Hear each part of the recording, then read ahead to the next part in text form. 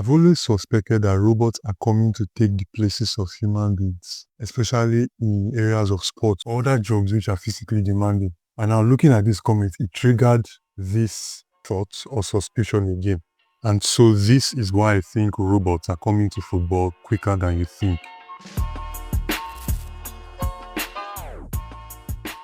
We all love football, don't we? I still remember salivating at the kwalo kwalo kwalo call back in boarding school, which was a call that meant a good ball was available and boys should come out to play. Even now, the average African or European male wouldn't mind having a kick about with friends or strangers, even though with it comes the risk of injuries, brawls, the humiliation from losing or just being told to go hang in the post because you've been identified as the most chubby guy in your team. The same way the average footballer is that passionate about this profession. I mean, that's why they only ever ventured into it, which is why you can understand when some fans look at it from this ethical viewpoint.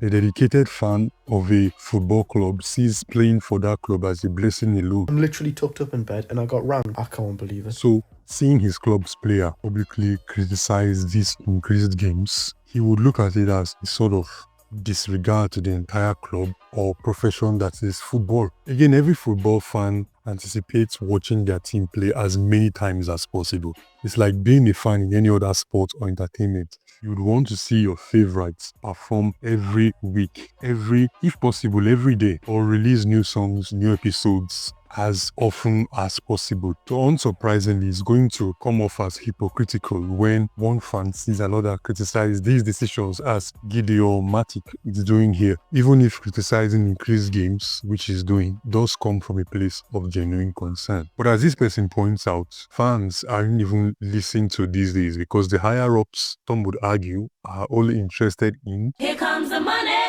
Here we go. Money talk. Here comes the money.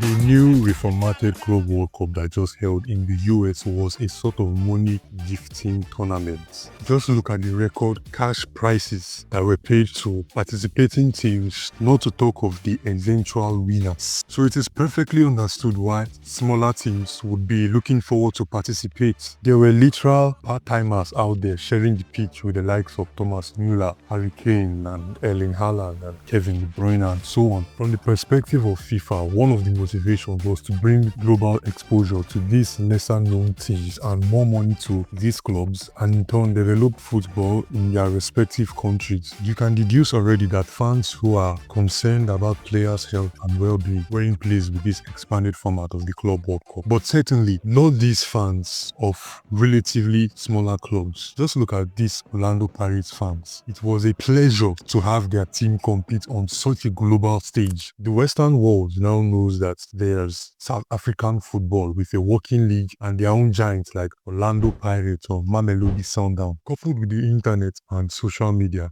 This means some players can no longer claim they did not know a club existed. I'm just joking.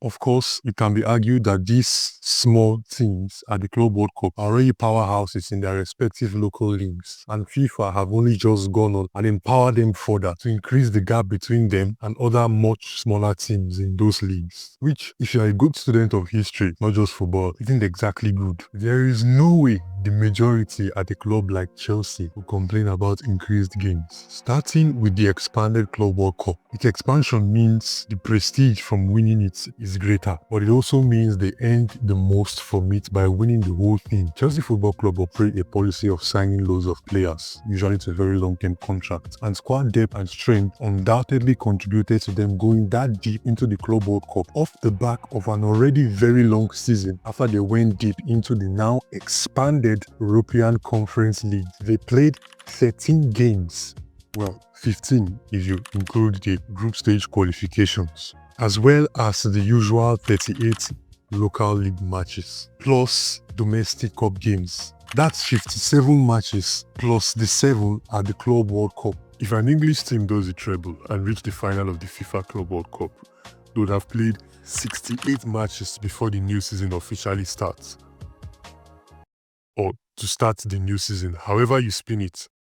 No wonder Keenan Drisby Hall amassed 36 appearances last season from out of nowhere. Anyway, you could argue that they were the most enriched team in the world after last season, 24-25 football season. So clubs cannot complain at the idea of making more money. If teams make more money, they can sign more players who they can pay good wages. And if they sign more players, they strengthen their team's depth. And if they strengthen their team's depth, they can go far into competitions, possibly win it. And if they go far into competitions, they can earn more, rinse and repeat.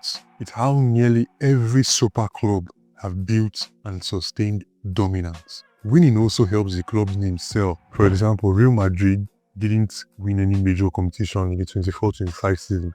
Mbappe may argue otherwise. Yet, players are still queuing up to join them. And this would be the situation for the foreseeable future, except they're from La Masia or Javier Elliott. And which fan wouldn't want their team to succeed? It's a home dilemma, however you are involved. Whether a fan, the club owner, admin, players, etc. Perhaps not everyone has recognised the real problem yet, that next season players will suffer injuries that will never have had before.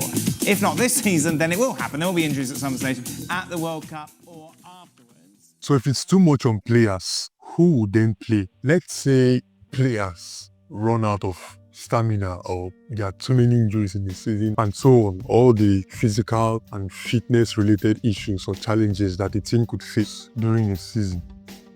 Robots. Well, maybe except Chelsea. They'll just sub on one of their 50+ players. Football clubs are run differently. Not every club is as good as Chelsea at signing lots of players to long-term contracts and selling them for good profits.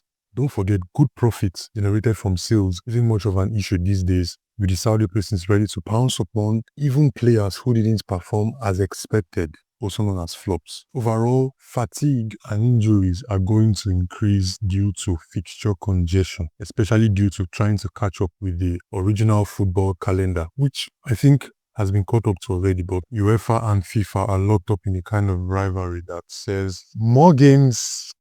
AFCON, for example, has been 1 year behind since the 2019 edition, and it has continued, or it will continue till this year's edition. AFCON 2025 will actually take place in December 2025, so in January 2026.